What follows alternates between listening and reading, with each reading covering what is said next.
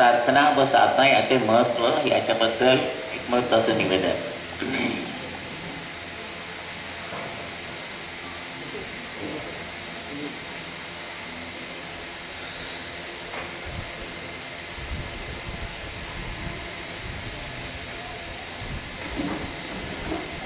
सामुदायिक आरती, प्रार्थना व साधना याचे महत्त्व आणि त्याबद्दलचे निवेदन. काही अतिशय उपयुक्त अशी माहिती वाचनात आल्यानंतर त्यावर विचार करायला लावणारी गोष्ट लक्षात येते आणि ती आपण समजून घेऊन इतरांना सांगून सर्वांनी मिळून त्याचा विचार करून किंवा चिंतन मनन करून कृतीमध्ये किंवा आचरणात आणावी अशी अपेक्षा आहे. काही लोकांकडून कधी अशी विचारणा केली जाते की हिंदू धर्मात नेहमी उपासना पद्धतीबद्दल आणि कुलदैवत कुलाचाराबद्दल सांगितले जाते, पण जगात असे कितीतरी धर्म आणि पंथ आहेत की ज्यांच्यामध्ये कुलदेवताच नाही. मग अशांना कुलदोष कुलदेवतांचे त्रास का होत नाही? यांचे कसे काय सर्व सुरळीत चालते? मग ह्यांना का त्रास होत नाही? खरे तर हे प्रश्न चूक नाही आणि म्हणून ह्याचे उत्तर शोधायचा प्रयत्न केला असता येथे जे उत्तर पुढे सांगणार आहे ते कदाचित एकांगी ठरेल, परिपूर्ण म्हणता येणार नाही, पण काही अंशी समर्पक वाटते. आता त्याचं उत्तर हे सर्व इतर धर्मीय लोक सामूहिक उपासना न चुकता करतात म्हणून परमेश्वरी तत्व त्यांना सांभाळून घेते. आपण हिंदू धर्मीय सामूहिक उपासना करीत नाही. उलट जेथे सामूहिक उपासना होत असेल तिथे जायला सर्वात जास्त कंटाळा करणारा समाज म्हणजे आपला समाज. सामूहिक उपासना ही खरे तर आपल्या वैदिक धर्मातील गुरुकुलातून उत्पन्न झालेली प्रार्थना व्यवस्थाच आहे. सामूहिक उपासना ही सर्व धर्मात साप्ताहिक किंवा आठवड्यातून एकदा म्हणजेच 7 दिवसांनी केली जाणारी उपासना आहे. आता 7 दिवसांनीच का?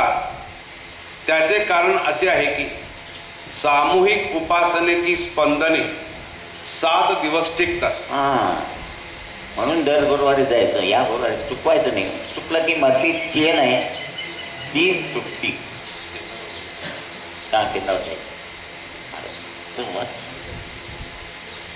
आठव्या दिवशी ही स्पंदने रिचार्ज करणे आवश्यक असते.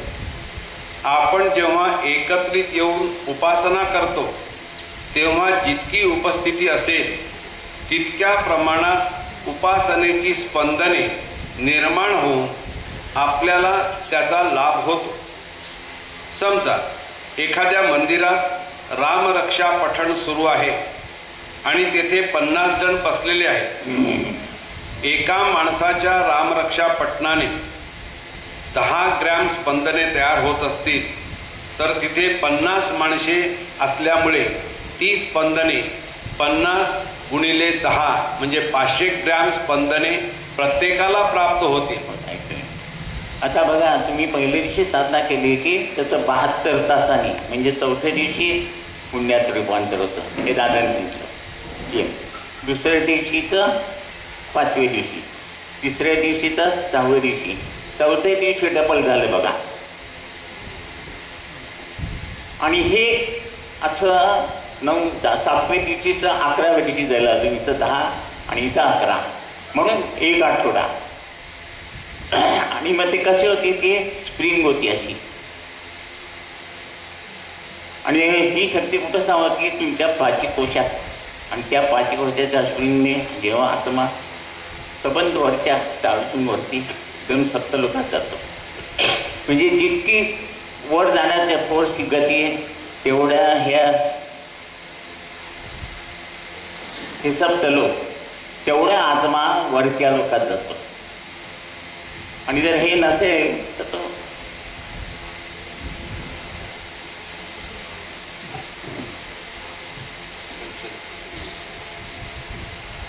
बफर, रेल्वेला ते बफर्स असतात म्हणून तुम्हाला सस्पेन्शन असतं. Shock absorber. तसं या पाठीकोशामध्ये ते स्प्रिंग सारखं तयार होऊन सस्पेन्शन होऊन आत्मा फट दिशी वरच्या लोकांचा.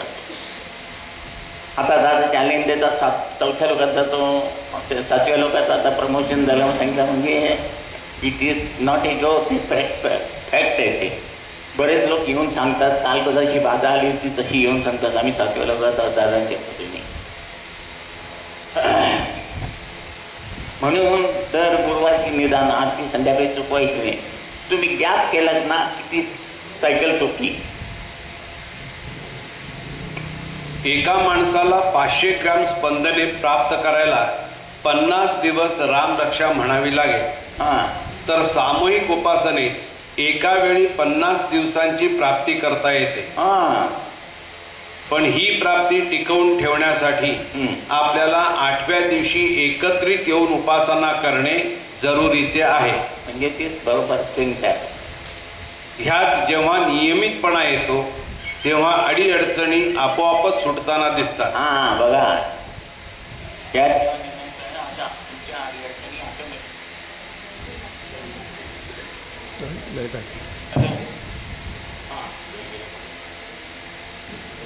सेल बदलत काय?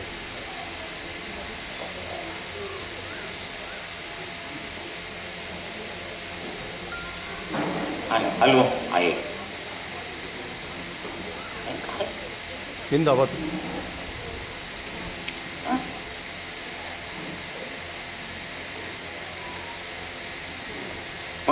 यासाठी काय पाहिजे? तळमळ पाहिजे. दादा म्हणाले तुम्हाला ध्यास लागला.